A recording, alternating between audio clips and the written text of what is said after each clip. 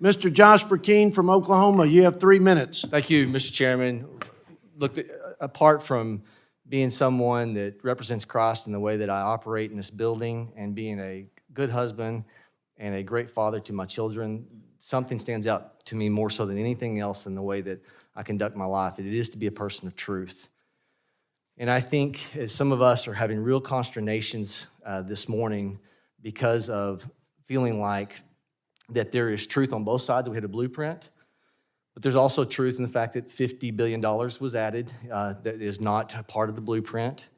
And so was the instructions fully met? It's truth that that element is lacking, and that has to be reconciled, not in truth with what the blueprint laid out.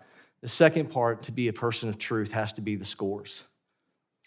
And when you look at, because that's the decision before us today, are we, as people of truth, do these scores pan out?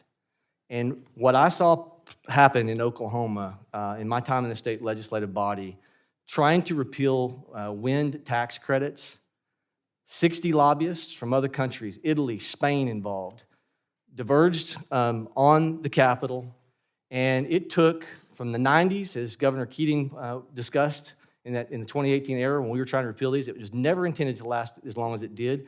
And it was always the promise to end many years from now, which never materialized.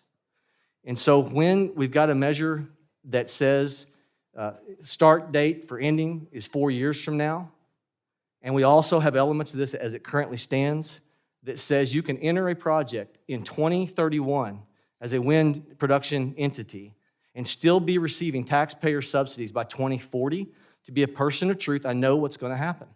I know there are going to be lobbyists that are going to descend on this building.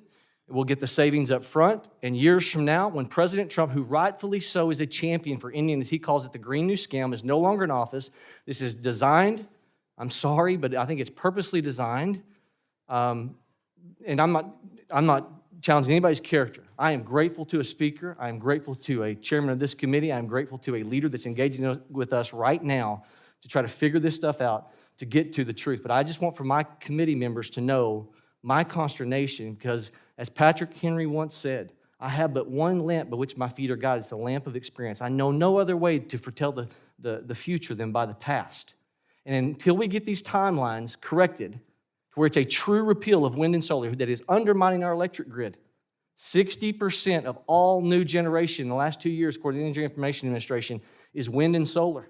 So, and the super majority of components on solar, it's 61% of it's solar, and the super majority of those components are coming from China, undermining natural gas jobs all over this country.